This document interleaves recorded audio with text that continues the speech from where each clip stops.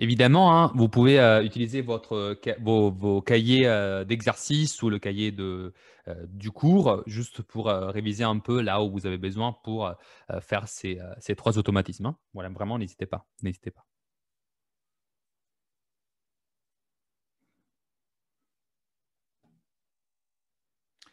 Eh bien, alors vous êtes exactement à 4 minutes.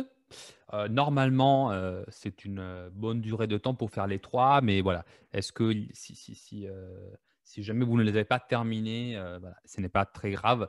Disons que l'important, c'est d'avoir fait peut-être les deux premiers.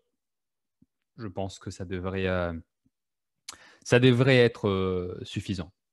Alors, en particulier le premier, je pense que c'est plus ou moins le plus rapide, hein. Voilà, il faut juste appliquer une petite formule et on demande, voilà, c'est un calcul du taux d'évolution en pourcentage. Donc, je commence à la correction tout de suite. Alors, on a un pull qui affiche un prix TTC, donc tout taxe comprise, de 50 euros. Le prix hors taxe, acheté du coup, est de 42 euros. Quelle est la TVA qui a été appliquée du coup? Pour résumer, hein, vous le savez, mieux que moi d'ailleurs, je pense, quand vous avez un prix hors... Oh, pardon, c'est un peu large ça, on ne lit pas sinon. Alors, attendez un instant, je réduis. Tac.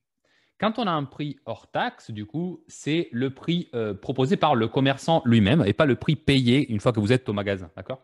Le prix TTC, à l'inverse, c'est le prix avec notamment les impôts pardon, calculés dedans. Et donc, le prix ici, on sait que c'est de 50 euros. Donc, ce que je veux savoir, c'est le taux d'évolution en pourcentage qui a fait passer 42 vers 50 euros. Et ça correspondra du coup à la TVA. D'accord? Donc, je vous rappelle, la TVA, ça veut dire donc la taxe sur la valeur ajoutée. D'accord? Donc, c'est une des impôts les plus importantes pour une nation. Comment on fait donc pour calculer cela? Eh bien, la formule que nous avons déjà travaillée, ça consiste à prendre la valeur finale, donc 50, y soustraire la valeur initiale, 42, diviser le tout par la valeur initiale, 42, et multiplier tout cela fois 100. Donc voilà, c'est juste cette opération-là. C'est une formule que nous avons, vous l'avez vu déjà l'année dernière, mais voilà, nous en début d'année, je sais qu'on l'a déjà travaillé. Et voilà, je sais que voilà, ça faisait un peu longtemps que je ne vous les avais pas fait utiliser de façon directe, je pense, en vidéo au moins. Donc, je voulais vous la rappeler comme ça. Si vous l'aviez oublié, ce n'est pas très grave. L'important, c'est juste de comprendre les rôles qui sont ici mélangés. Donc, ça, c'est la valeur de la fin, 50, la valeur finale. Ça, c'est la valeur initiale, VI, valeur initiale. Et ça, c'est encore la valeur initiale, VI. Et à la fin, voilà, il faut tout multiplier fois 100. Alors, je me munis des calculatrices. Voilà, elle est apparue déjà. Tac. Et ensuite, j'ai écrit ce calcul. Donc, je fais, regardez, 50 moins 42, parenthèse, le tout divisé par 42, égale 0,19 et toute une série de chiffres après que je ne vais pas lire parce que sinon c'est trop long. Et ensuite, je vais multiplier fois 100. Donc, fois 100. Voilà. Résultat, 19,04. Alors, dans le texte de l'exercice, il me disait d'exprimer le résultat avec une précision de 0,1%. Bah, du coup, comme j'ai obtenu un pourcentage 19,04 et que je dois rester à 0,1%, du coup, je coupe au premier chiffre après la virgule. Or, c'est un 0. Du coup, je vais arrondir à 10. L'arrondi, en fait, ce serait 19,0. Mais 19,0, ça donne du coup 19% tout court. Donc, c'est approximativement 19%. Sachez que la TVA était réellement à 19% en France jusqu'à il y a à peu près une dizaine d'années, je crois. Ensuite, elle a été augmentée. Actuellement, elle est à un tout petit peu plus que 20%. En général, on arrondit à 20%, mais voilà. C'est une valeur plausible, c'est ça que je voulais dire. Voilà pour vous. Alors, est-ce qu'il y a eu des difficultés? Il y a des choses qui ne sont pas claires? N'hésitez pas à me l'écrire dans la conversation, hein. N'hésitez vraiment pas. C'est le bon moment pour le faire. OK? Il n'y a aucun problème. Sinon, si ça a été, bravo à vous, hein. Évidemment.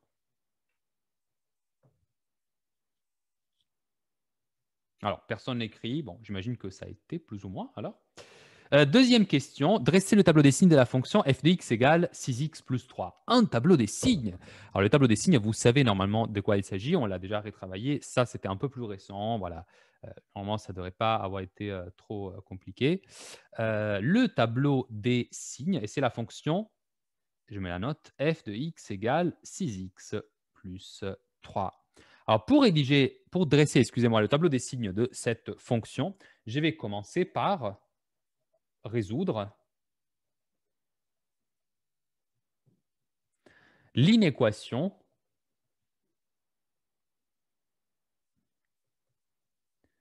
je vous rappelle 6x plus 3 supérieur ou égal à 0. L'inéquation est toujours la fonction supérieure ou égale à 0. Hein, c'est toujours la même chose. Alors, pour résoudre cette inéquation, ça c'est la première étape pour le tableau des signes, hein, je vous rappelle. Donc, pour résoudre cette inéquation, ça consiste du coup à isoler x. Donc, je vais déjà faire passer le 3 de l'autre côté. Ça fait du coup moins 3. 6x supérieur ou égal à moins 3. Ensuite, je vais faire passer le 6 au dénominateur par rapport au moins 3. Donc, moins 3 divisé par 6. Et ensuite, comme j'ai divisé par un nombre positif, parce que 6 c'est un nombre positif, le sens de l'inégalité, ça reste toujours le même. Voilà, j'ai quasiment terminé. J'ai réécrit juste un dernier passage, parce que 3 divisé par 6, on sait combien ça fait 0,5. Donc ça, c'est moins 0,5. Voilà donc la solution de l'inéquation. Alors, comment je l'exploite pour faire le tableau des signes? Du coup, je vais l'écrire ici. Tableau des signes. OK. Pour le tableau des signes, du coup, qu'est-ce que je fais? C'est très simple. Alors, je fais le tableau lui-même. Je vais faire une première ligne où il y a les valeurs de x. Ici, je vais mettre la fonction qui s'appelle f de x. Et maintenant, je vais lire, grâce à l'inéquation, quel est le tableau que je dois dresser. En particulier, moi, je sais que la fonction 6x plus 3, elle est supérieure ou égale à 0, ce qui veut dire qu'elle est positive. Vous voyez que là, je trace un signe plus. Quand? Eh bien, quand x, je le lis ici, hein, quand x est supérieur ou égal à moins 0,5. Alors, je marque moins 0,5 ici. Je trace une barre pour montrer que c'est là qu'il y a le changement de signe. Et je vais dire que du coup, la fonction, elle est positive quand x il est plus grand que moins 0,5. OK? Donc ça, c'est vraiment l'idée de base. Mais si j'ai mis un plus à droite de moins 0,5, ça veut dire que là, je vais mettre un moins et qu'au milieu, je mettrai un 0. Parce que là où la fonction change de signe, devient de négative à positive, eh bien, je vais mettre un 0 pour signaler le changement de signe. Voilà donc la résolution de cette… pardon, excusez-moi, le tableau des signes de cette fonction. Est-ce que vous avez des questions alors là-dessus? Écrivez voilà, dans la conversation ou vous pouvez aussi activer votre micro si jamais voilà, ça vous a donné des difficultés ou s'il y a un passage qui n'est pas clair dans la correction, surtout, hein, pour que je puisse vous le réexpliquer. N'hésitez surtout, surtout, surtout pas. Alors, je vois un message. Tout est clair, Inès. Excellent. Excellent. Alors après, voilà, j'avoue aussi, ce n'est pas la première que j'ai fait. Hein. Il y en a plusieurs qu'on a fait ensemble. Mais voilà, n'hésitez surtout pas. Hein. 6 et moins 3 ne doit pas être entre…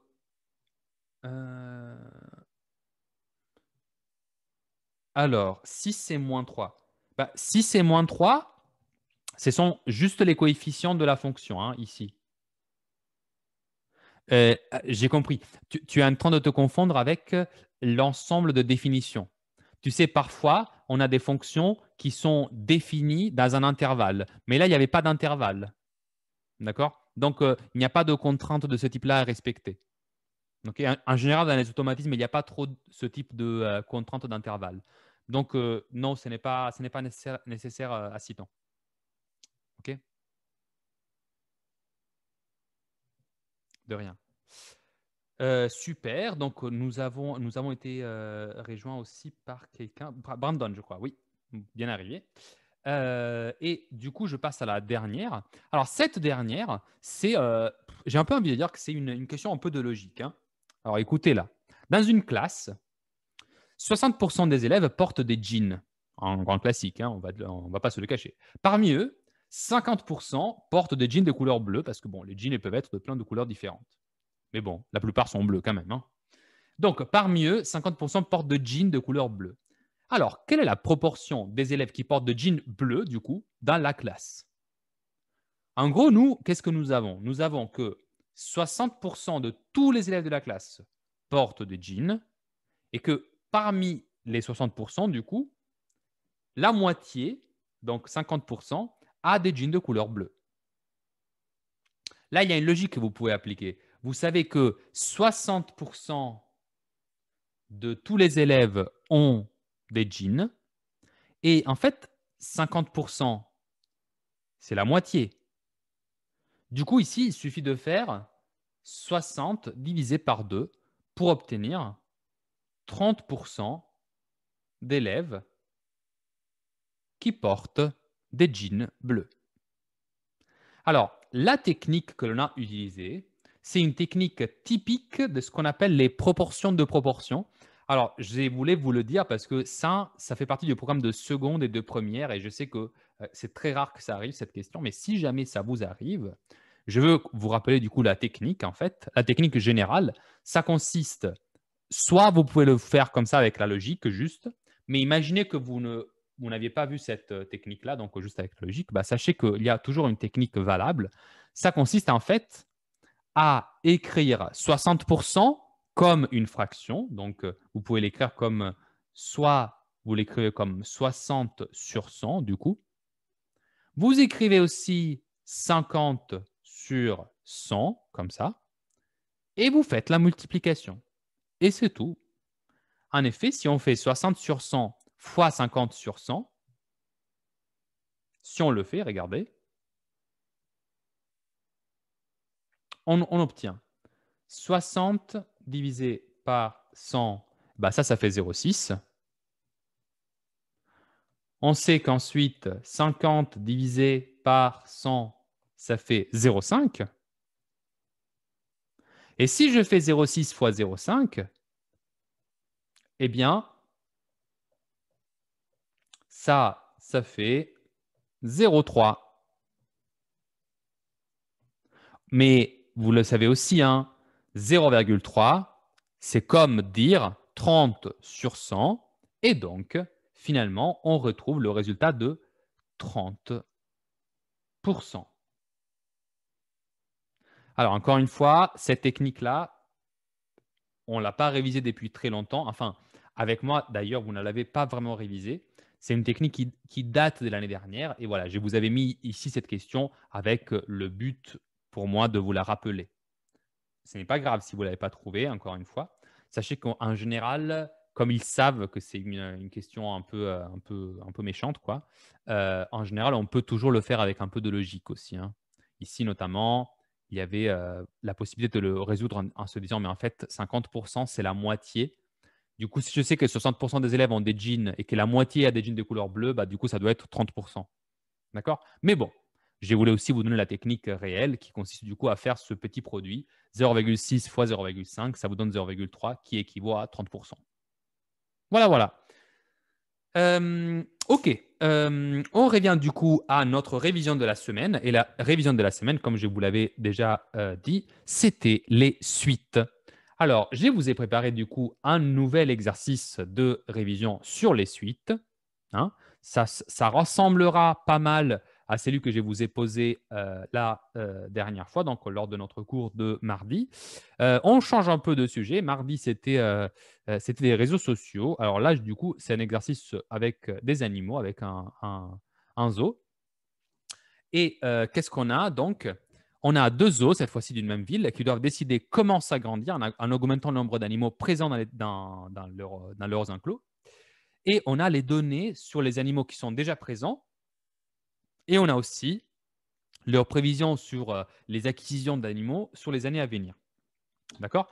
Et ces prévisions sont présentées dans donc, le texte qui suit. On a le zoo A, évidemment, et le zoo B, hein, beaucoup de fantaisie là.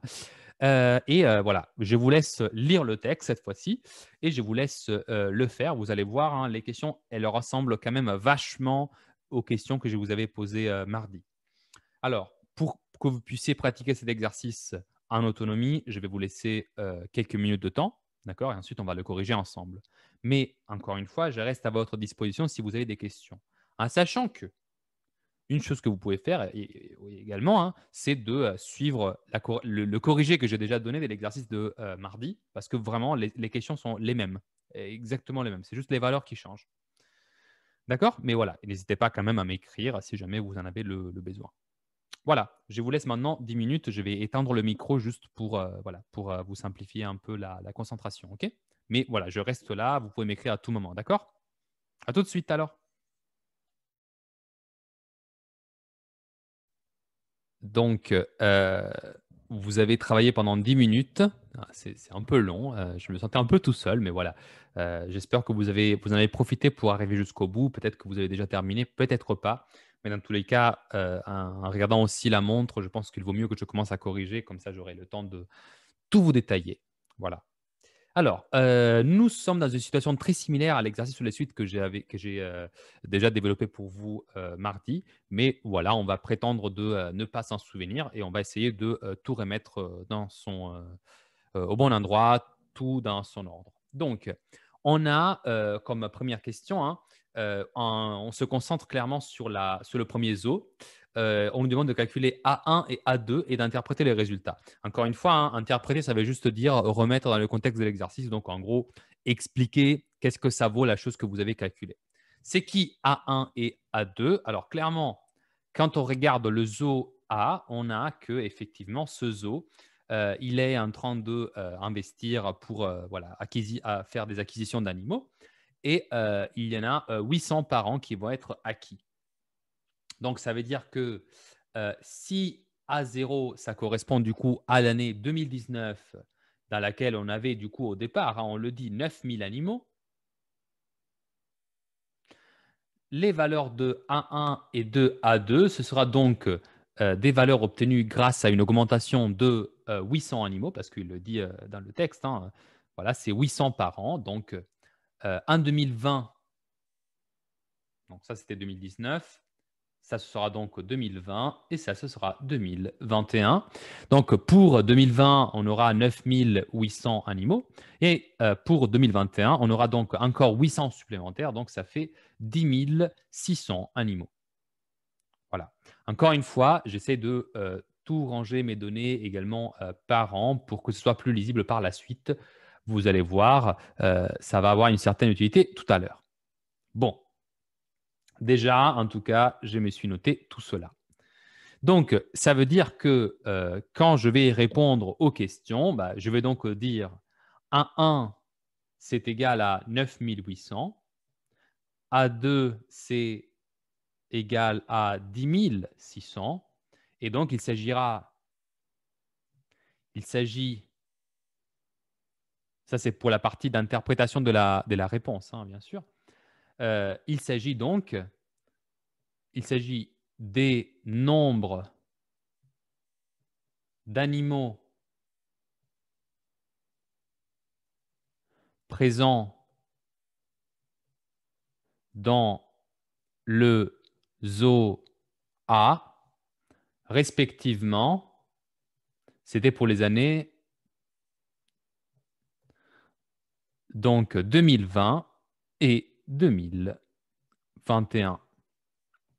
Voilà donc pour la réponse à cette première question. Voilà une petite phrase comme ça qui explique que vous avez tout à fait compris ce que vous avez calculé. Bah, ça, c'est plus que largement suffisant. Très bien.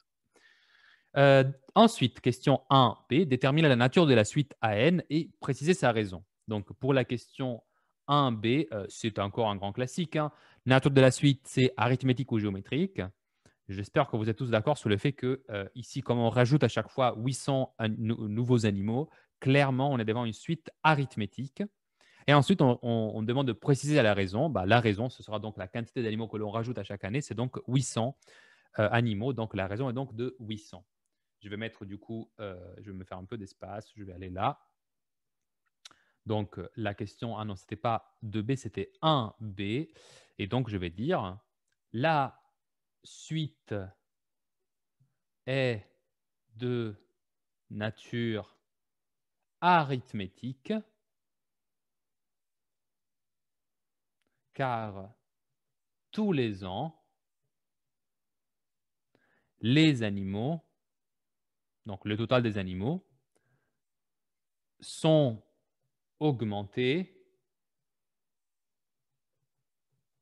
de la même quantité qui est additionnée au total. Et cette quantité, donc la raison est de 800. Et ça, c'est donc R égale à 800. C'est la raison. En toute honnêteté, cette phrase que j'ai faite, elle est vraiment très longue, hein. C'est juste parce que voilà, je prends le temps de corriger, mais voilà, vous pouvez aussi faire une phrase un peu plus courte hein, qui dit la même chose, en gros. Mais je voulais voilà, prendre le temps de rendre tout ça très clair. Bon, on passe à la suite maintenant. Je vous laisse afficher encore 2 secondes à l'écran. Mais voilà, j'imagine que vous avez plus ou moins fait ça. Et merci de me dire si ça n'a pas été le cas, hein. Si vous avez des difficultés, c'est le moment de vous manifester, hein. N'hésitez surtout pas soit à prendre la parole donc en activant votre micro, soit à l'écrire dans la discussion, hein. Je serai là pour regarder du coup. D'accord? N'hésitez vraiment pas à tout moment, même sur une ancienne question, vous pouvez prendre la parole à tout moment. Question 2a. Justifiez que pour tout entier naturel, n, bn plus 1 est égal à 1,08 fois bn. Alors, peut-être qu'il vaut mieux lire le texte de l'exercice, du coup. Dans le zoo B, on a que cet établissement, toujours ouvert en 2019, a toujours 9000 animaux au départ. Et le zoo prévoit des investissements ayant pour but d'augmenter les animaux présents au rythme de 8% d'augmentation donc, des animaux par an. Et on nous demande donc indiquer le total des animaux. Et évidemment, il y a une coquille, excusez-moi. C'est du coup BN. Et c'est évidemment pour le zoo B, excusez-moi, c'est une faute de frappe du sujet. J'espère que vous l'aviez corrigé, mais je pense que bon, comme il était très similaire au précédent, normalement ça devrait avoir été corrigé. Désolé en tout cas. Donc, BN, c'est pour le zoo B, c'est pour le total donc, des animaux, et on doit modéliser une augmentation de 8% par an. Ça veut dire que tous les ans, du coup, ce qui se passe dans ce zoo, c'est qu'on a un total, donc là, je vais marquer du coup la réponse, c'est la 2A. Dans le zoo B, on a, donc tous les ans, on a un total d'animaux égal à BN, qui est sujet à une augmentation de plus 8%, et comme ça, on obtiendra Bn plus 1. Je vais donc calculer le coefficient multiplicateur correspondant à une augmentation de 8%, et cela se fait donc avec la technique d'habitude. À 100%, je rajoute 8%, ça fait 108% du coup.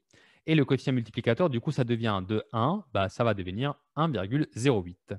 Autrement dit, donc on peut en conclure que Bn plus 1, la nouvelle quantité pour l'année suivante, doit donc être calculée en faisant 1,08 coefficient multiplicateur fois Bn. D'accord? Donc ici, on peut écrire en français si vous voulez. Donc dans le zoo B, on a modélisé l'augmentation de 8% avec un coefficient multiplicateur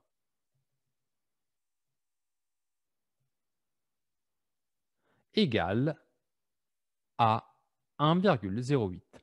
Mais sachez que même si vous faites juste le petit schéma avec la flèche, le calcul du coefficient multiplicateur et la formule à la fin, ce sera déjà correct. Je rajoute encore une fois des phrases en français juste pour que ce soit le plus joli possible.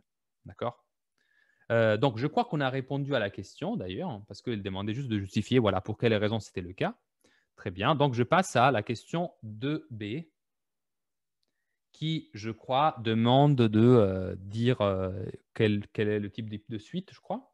Ouais. Indiquer la nature de la suite Bn et préciser les éléments caractéristiques. OK, d'accord. Donc, la nature de cette suite est géométrique. Alors, pourquoi géométrique? Alors ici, encore une fois, il ne demandait pas forcément d'expliquer pourquoi, mais bon, on va le faire, juste pour être clair. Car à chaque élément, donc B1, B2, B3, etc., je multiplie 1,08 pour obtenir le suivant. En effet, pour passer d'une année à la suivante, il faut toujours multiplier fois 1,08 pour obtenir le suivant ou le successif, comme vous voulez. Donc, ça veut dire que sa raison est de 1,08 et l'autre caractéristique, donc son premier terme, est B0 du coup égale à 9000. Donc 9000 est effectivement le premier terme. Ça, c'était dans le texte. On l'a juste interprété dans le cadre d'une suite géométrique. Est-ce qu'il y a des questions? Est-ce que tout est clair ici sur ces deux questions? Donc la 2A et la 2B, vraiment, n'hésitez surtout, surtout, surtout pas. Je suis à votre écoute, à disposition. Ouais, vraiment, n'hésitez pas. Même par la suite, si vous voulez écrire des questions, à tout moment, je suis disponible. Bon, à la toute fin, du coup, on arrive à la question finale. Dans quel zoo le total des animaux présents en 2024 sera-t-il le plus important et justifié? Bien sûr. Alors, pour cela, je reprends mon petit tableau que j'avais commencé à réaliser d'ailleurs. Ce n'était pas un hasard. Donc, je vais mettre B0 qui est égal à 9000, encore une fois. Et bon, je vais compléter les années jusqu'en 2024. Tac, 2024. Voilà. Donc là, c'est juste une question de faire des calculs, quoi. Je prends donc ma calculatrice et là, je vais juste m'amuser à faire quelques calculs, mais encore une fois, ce n'est rien de vraiment nouveau. Qu'est-ce que je vais... Donc, je vais commencer par faire les calculs avec la première suite. Donc, à chaque année, je rajoute 800 animaux. Donc, c'est à 3, à 4, à 5, égal, égal, égal. Et du coup, je vais commencer par faire 10 600, auquel je rajoute 800. Ça fait 11 400. Je note. Je reprends la calculatrice. Je refais plus 800. Résultat, 12 200. Et encore une fois, je reprends pour la dernière fois. Je rajoute au résultat 800 et j'obtiens 13 000. Donc, ça veut dire que cette suite, donc en 2024, j'arrive exactement, précisément, à 13 000 animaux. Maintenant, on va essayer de comparer donc avec l'autre suite pour voir laquelle présente le plus grand nombre d'animaux en 2024.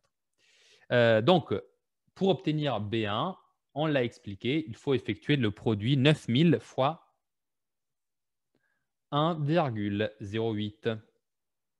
Donc, je prends la calculatrice et je fais 9000 fois 1,08. Résultat, 9720. Alors, 9720, donc ça, je vais le réécrire aussi. Vous pouvez le comparer facilement avec la suite AN. Donc, je regarde A1 et B1. Vous voyez, c'est une valeur vraiment proche. 9800, 9720, c'est quand même pas très loin.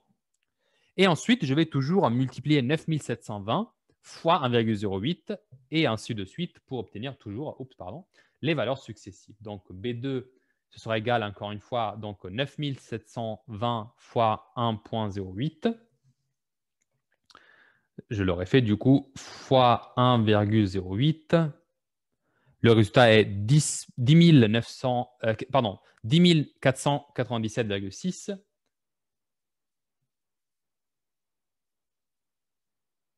J'ai déjà oublié. 10 497,6. Tac, je vais le noter.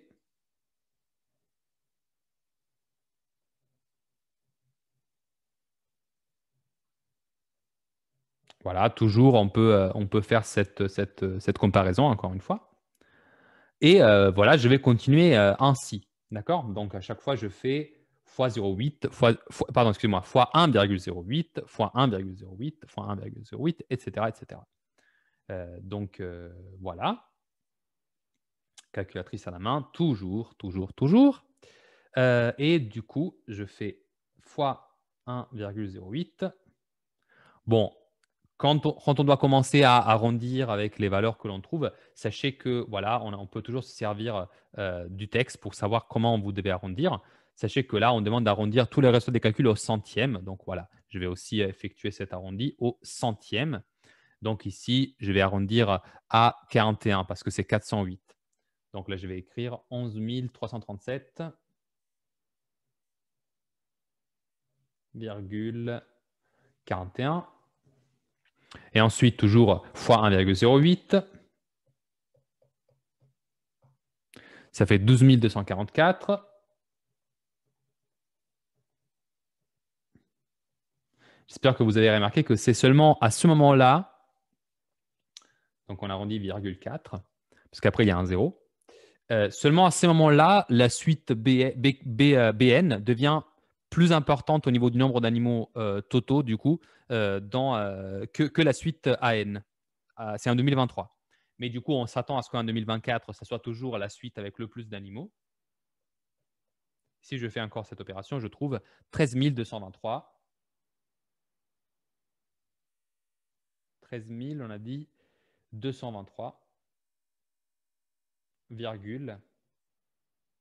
Donc ici, j'ai arrondi encore, 0,95. Donc voilà, grâce à ce calcul, on remarque que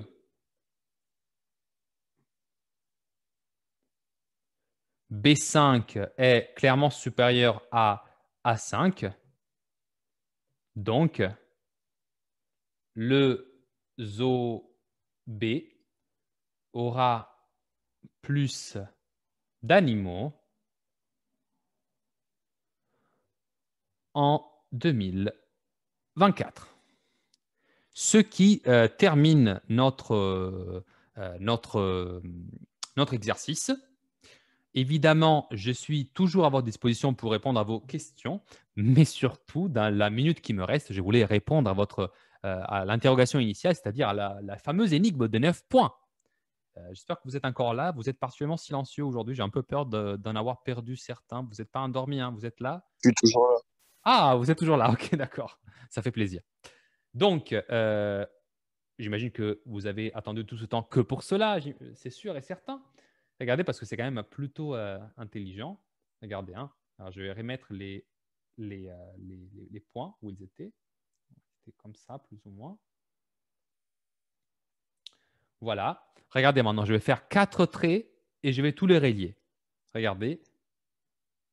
Le premier trait, je le fais comme ça à la diagonale. Puis, je vais remonter, remonter, remonter. Vous voyez, c'est toujours une ligne droite. Puis, je coupe comme ça. Et là, bim, je referme.